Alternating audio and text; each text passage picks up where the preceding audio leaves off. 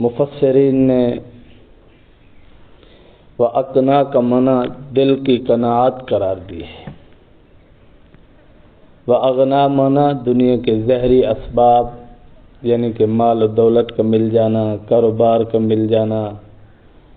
اور جانوروں کا مل جانا۔ وَأَقْنَا کا معنی مفسرین نے کیا ہے دل کی قناعت، کہ دل اللہ سے راضی ہو جائے، دل اللہ کی طرف متوجہ ہو جائے۔ جب یہ قلب اللہ کی طرف متوجہ ہو جاتا ہے تو فرمایا دنیا اور دنیا میں جو چیزیں ہیں یہ سب انسان کے لیے نفع کا باعث ہوتی ہیں، راحت کا باعث ہوتی ہیں، سکون کا باعث ہوتی ہیں۔ چاہے یہ آدمی زیادہ مال رکھتا ہو یا متوسط طبقے سے تعلق رکھتا ہو یا پھر غریب اور جیسے مزدور طبقہ ہے یہ ہو گیا، جس کسی طبقے سے تعلق رکھتا ہو، اگر انسان کا دل اللہ کی طرف متوجہ ہے تو یہ اسباب دنیا اس انسان کے لیے راحت کا باعث ہیں، سکون کا باعث ہیں۔ اگر اس کا دل اللہ کی طرف متوجہ نہیں ہے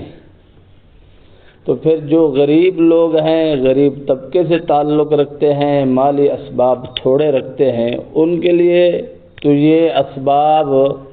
تھوڑے بھی یہاں ذلت ہے کہ ان کی خواہشات پوری نہیں ہوتی یا ضروریات پوری نہیں ہوتی، لیکن جن کو اللہ نے وافر مقدار میں اسباب دنیا دے رکھے ہیں وہ لوگ بھی اس مال سے نفع کی بجائے نقصان اٹھا رہے ہیں۔ اور جب دل میں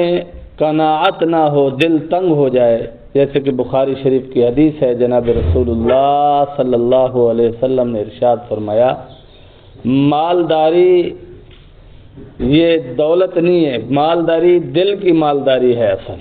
دنیا کی مالداری نہیں ہے۔ دل کی مالداری یہ ہے کہ انسان کا دل سخی ہو، اور دل میں سخاوت پیدا ہوتی ہے جب انسان اپنے دل کا علاج کروائے اہل اللہ سے۔ حسد ختم ہوتا ہے، بغض ختم ہوتا ہے، کینہ ختم ہوتا ہے، اور اسی طرح بخل کی بیماری ختم ہوتی ہے۔ اللہ تعالیٰ نے آخری پارے میں ارشاد فرمایا وَأَمَّا مَن بَخِلَ وَاسْتَغْنَىٰ، یہ جہنمیوں کی نشانیاں بیان فرمائی ہیں کہ پہلی دلیل، پہلی نشانی جہنمیوں کی یہ ہے کہ وَأَمَّا مَن بَخِلَ، وہ بخیل ہوتا ہے، وہ دین والوں کے ساتھ بھی بخل رکھتا ہے، دین کے ساتھ بھی بخل رکھتا ہے، راہ ہدایت پر مال خرچ کرنے سے بھی بخل رکھتا ہے۔ واستغنا، دنیا کی اس کو پرواہ ہے لیکن دین کی کوئی پرواہ نہیں، نماز کا وقت ہو گیا اس کو کوئی پرواہ نہیں، مجلس ذکر ہو رہی ہے اس کو کوئی پرواہ نہیں، اصلاحی مجلس منعقد ہوتی ہے اس میں شریک ہونا ہے نہیں ہونا اس کو کوئی پرواہ نہیں، والدین کے حقوق پورے کرنے ہیں نہیں کرنے، ہو رہے ہیں نہیں ہو رہے، ایسے آدمی کو ان کی کوئی پرواہ نہیں۔ اسی طرح بیوی کے حقوق ہیں، اسی طرح بہن بھائیوں کے حقوق ہیں، خود اپنی اولاد کے بھی حقوق ہیں کہ والدین کے ذمہ ہے کہ اپنی اولاد کو دینی تعلیم سکھائیں، دین کی تربیت دلائیں، خود بھی اپنے اخلاق، اپنے نفس کی اصلاح کروائیں، اپنی اولاد کو بھی چھوٹی سی عمر سے اہل اللہ کے ساتھ جوڑ دیں۔ جب چھوٹی سی عمر سے ہی اہل اللہ کے ساتھ جڑیں گے، اہل اللہ کے ساتھ رہیں گے تو انشاءاللہ جیسے جیسے زندگی بڑھتی جائے گی اس کے قلب میں جو امراض آنے تھے حسد کے، کینے کے، کیونکہ جب آدمی بڑا ہوتا ہے تب حسد پیدا ہوتا ہے کہ میرے پاس جو ہے مال ہونا چاہیے، اور جس کو میں ناپسند کرتا ہوں اس کے پاس مال نہیں ہونا چاہیے، میرے پاس فلاں نعمت ہونی چاہیے، فلاں کے پاس نہیں ہونی چاہیے۔ تو یہ حسد کی بیماری اہل اللہ کی صحبت میں آنے سے، علاج کروانے سے ختم ہوتی ہے۔ اور یاد رکھو آج تک کوئی ولی ایسا نہیں آیا جس نے ولایت اللہ والوں سے نہ سیکھی ہو، کوئی نبی ایسا نہیں آیا۔ جیسے کہ اللہ کریم نے جناب نبی کریم صلی اللہ علیہ وسلم کی ذات اقدس کو صحابہ اکرام کی محترم مکرم اور پاکیزہ جماعت عطا فرمائی، تو تمام صحابہ مقام صحابیت پر اللہ کی عطا، اللہ کے فضل سے فیض ہوئے ہیں، تو ان کا ذریعہ جناب رسول اللہ صلی اللہ علیہ وسلم کی ذات کو بنایا ہے کہ ساروں نے حضور صلی اللہ علیہ وسلم کو ایمان کی حالت میں دیکھا ہے، یا ایمان کی حالت میں رسول اللہ صلی اللہ علیہ وسلم کی مجلس میں بیٹھے ہیں۔ جیسے نبینا صحابی تھے، حضور صلی اللہ علیہ وسلم کی زیارت نہیں کر سکے کیونکہ اب بنائی نہیں تھی، لیکن حضور صلی اللہ علیہ وسلم کی صحبت ملی، حضور صلی اللہ علیہ وسلم کی مبارک نظر اس پر پڑی، تو وہ مقام صحابیت پر فیض تھے۔ تو میرے دوستو، صحابہ اکرام رضوان اللہ علیہم اجمعین پہلے لوگ ہیں، انبیاء کے بعد سب سے اول درجہ ہے، مقام صدیقیت ان کے پاس ہے، اور تقوی ان کے پاس ہے، للہیت ان کے پاس ہے، اخلاص اور اخلاق ان کے پاس ہیں، اور یہ سارے سلسلے جو روحانی اصلاح کے ہیں، یہ حضرات صحابہ کرام رضوان اللہ علیہم اجمعین کو سرکار دو عالم صلی اللہ علیہ وسلم نے سکھائے ہیں۔ صحابہ کی حضور صلی اللہ علیہ وسلم نے زبردست اصلاح فرمائی ہے۔ یہی وہ لوگ تھے جب ایمان نہیں آیا تھا، حضور صلی اللہ علیہ وسلم نے نبوت کا دعویٰ نہیں فرمایا تھا، یہ اپنے اپنی اقوام کی خاطر، اپنی اپنی ذاتی انا اور غیرت کی خاطر ایک دوسرے کا خون بہاتے تھے۔ انتہا درجے کا جو ہے ان میں جو بھی دنیا داری میں ہوتا ہے، لیکن جب رسول اللہ صلی اللہ علیہ وسلم کی خدمت میں آئے،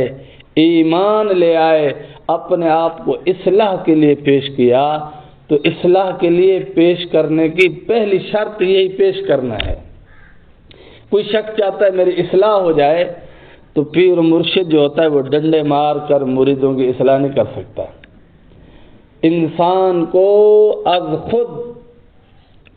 رضا کرانہ طور پر اہل اللہ کے سامنے پیش کرنا ہوتا ہے کہ اہل اللہ ہی ہماری اصلاح کریں گے، اہل اللہ ہی ہمیں ہدایت کا راستہ دکھائیں گے۔ ہمارے جتنے بڑے اسلاف آئے ہیں، چاہے وہ جس کسی تحریک کے ساتھ تعلق رکھتے تھے، چاہے تحریک آزادی کے ساتھ تعلق رکھتے ہیں، تحریک ختم نبوت کے ساتھ تعلق رکھتے ہیں، چاہے وہ جس قسم کے دینی شعبے میں آگے بڑھے ہیں، وہ بغیر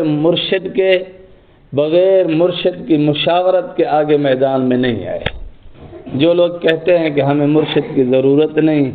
ہمیں اصلاح کرنے والے کی ضرورت نہیں ہے، ہم از خود بہت بڑے کاریگر ہیں، سمجھنے والے ہیں، تو قطعی طور پر ایسا نہیں ہے۔ جگہ جگہ قدم قدم پر ٹھوکریں ہیں، قدم قدم پر ذلت اور رسوائی ہے۔ دنیا کی زندگی میں ہی قدم قدم پر ایسی مشکلات ہیں کہ ہمیں سمجھ بھی نہیں آئیں گی۔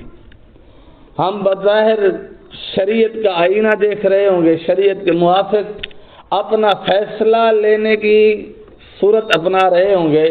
لیکن حقیقت میں ہمیں نفس اور شیطان یہ دونوں دھوکہ دے رہے ہوں گے، نفس اور شیطان دونوں ہمیں ورغلا رہے ہوں گے۔ تو اس لیے اہل اللہ کے پاس آنا ضروری ہے۔ مفتی شفیع عثمانی صاحب رحمۃ اللہ علیہ کا ایک مرید تھا،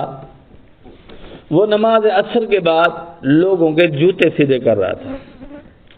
ایک دن آپ نے ایسا دیکھا، دوسرے دن آپ نے ایسا دیکھا، تیسرے دن آپ نے ایسا دیکھا۔ وہ حضرت کا مرید بھی تھا، حضرت نے اس کو اکیلا بلایا، کہ بھئی کیا کر رہے ہو؟ کہ حضرت جی میرے دل کے اندر تکبر اور عجب آ گیا تھا، میں اس کا علاج کر رہا ہوں۔ حضرت نے فرمایا یہی تیرے اندر تکبر ہے، یہی تیرے اندر عجب ہے کہ تو خود کا طبیب خود بنا ہوا ہے، اپنا علاج خود تجویز کر رہا ہے، مجھے مرشد کیوں بنایا ہے؟ تو اہل اللہ سے اصلاح کروانا، وَأَنَّهُ هُوَ أَغْنَى، جو اللہ نے اغنا، مال دولت، دنیا کی ساری زینت کی چیزیں ہیں وہ تو عطا فرما دی، لیکن ان سے جو سکون حاصل کرنا ہے، ان سے جو ہم نے روحانی نفع حاصل کرنا ہے، ان سے جو ہم نے حقیقی نفع حاصل کرنا ہے، وہ اقنا، جب تک ہمیں دل والا مال نہیں ملے گا اس وقت تک نہیں ہوگا، وہ ہے دل کی قناعت۔ جب انسان